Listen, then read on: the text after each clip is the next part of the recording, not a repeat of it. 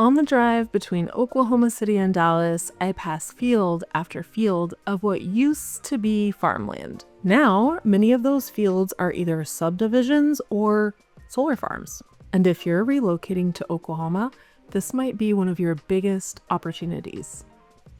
Or it might be one of your biggest headaches. Let's talk about why farmers are selling, who's buying the land, and what that means for you as you're relocating to Oklahoma. I hate to say it, but farmers are getting old. In the US, the average age of a farmer is nearly 60, so many are ready to retire. And the thing is, their kids don't want to be farmers. So for many families, selling that land becomes the most practical and maybe even the only option. I've seen this happen in my family. My grandparents were farmers, my parents are ranchers, and I chose something else. Many third, fourth, fifth generation farmers, they get out of the business. It's expensive.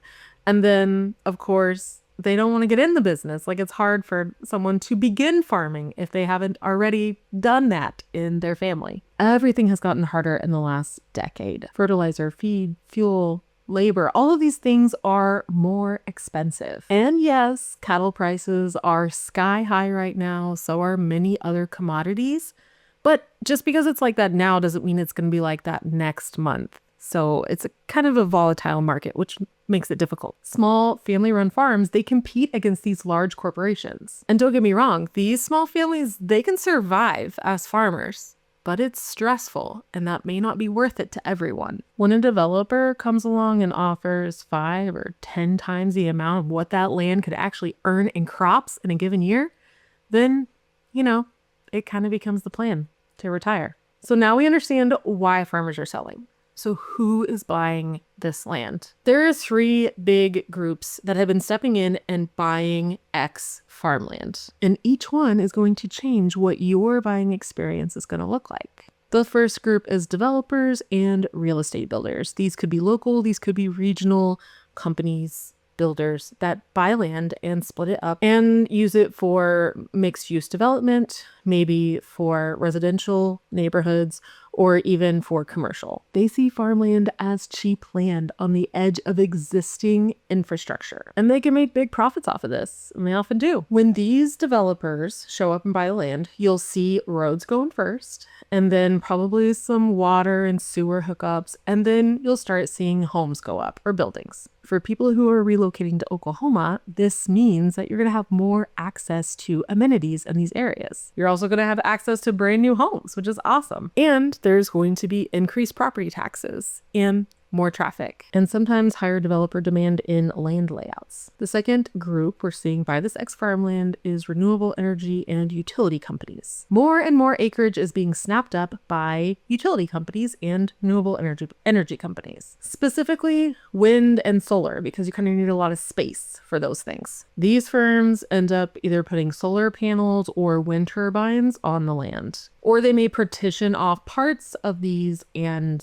go ahead and put the solar and the turbines on just a piece, and then put something else on the rest of it. Sometimes in these areas where there's turbines especially, you're going to see cows still grazing, and you may even see a little bit of farming. And sometimes these areas are not agricultural anymore at all. Why I'm telling you this is that a parcel that you're interested in may look very rural today, but over the next few years, it can change dramatically, like zoning changes, like wind turbines and solar panels, different things like that. The third group are institutional and foreign investors. So this includes hedge funds, timber firms, sometimes individuals or entities that are owned or operated by foreign groups. Many of these other countries view farmland as assets, meaning that farmland can appreciate. It can be leased. They can hold it and sell it later and make a lot of money. In some areas, you can even get carbon credits on it. The USDA reports that right now, 3.4% of privately held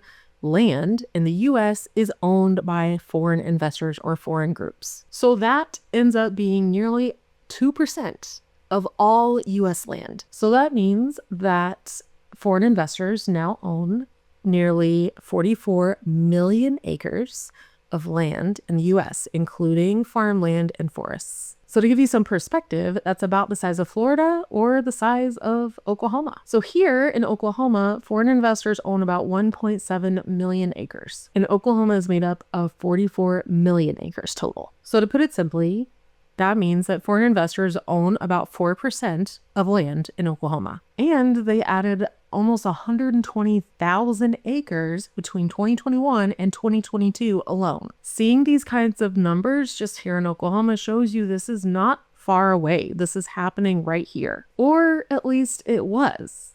In 2024, Oklahoma changed up the laws a little bit. The legislature ended up closing a few loopholes and making it a bit harder for foreign investors to swoop in and buy any land. So now, if you're not a U.S. citizen or not a bona fide Oklahoma resident, you're restricted on buying property here in Oklahoma. The business of using trusts or entities in order to purchase property, that's way more restricted now than it was. And it's heavily regulated. Foreign government adversaries or countries who are specifically labeled adversaries by the U.S. Secretary of State, these countries are especially restricted. So if a business is controlled by such a government, then they're very limited on farmland they can buy. Like they won't be able to, they'll be blocked. This also may mean that if you buy farmland or ex-farmland that's close to any of these bigger companies, like utility companies,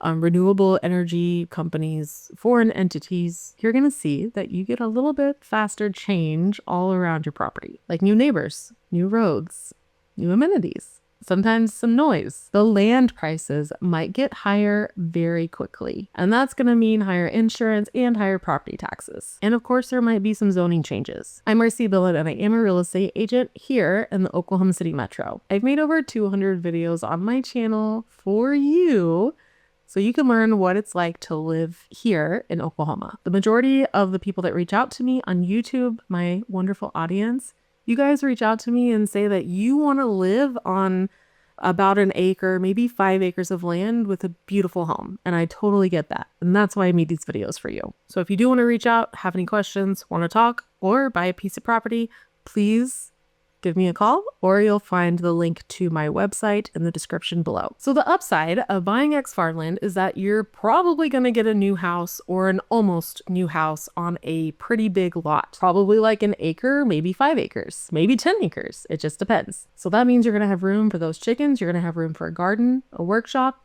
all those things that you need. And it all comes with that new house. So it's modern amenities and fewer repairs. And then there's the flip side. We already see infrastructure struggles here in Oklahoma. That's going to include roads, water, schools, internet, drainage and foundation on some of these houses and these areas where the land used to be farmed. It just doesn't sometimes take the dense housing very well, the extra concrete. So those drainage and foundation issues are pretty common. You may see issues as well with food systems in these small towns because it's a lot more people that are coming in very quickly. So while these neighborhoods can look like the perfect dream, and a lot of them are, you may want to consider some of the downsides as well. I think you might like watching this video about a specific neighborhood that has homes that are brand new on acre lots. So I'm going to put that right here for you.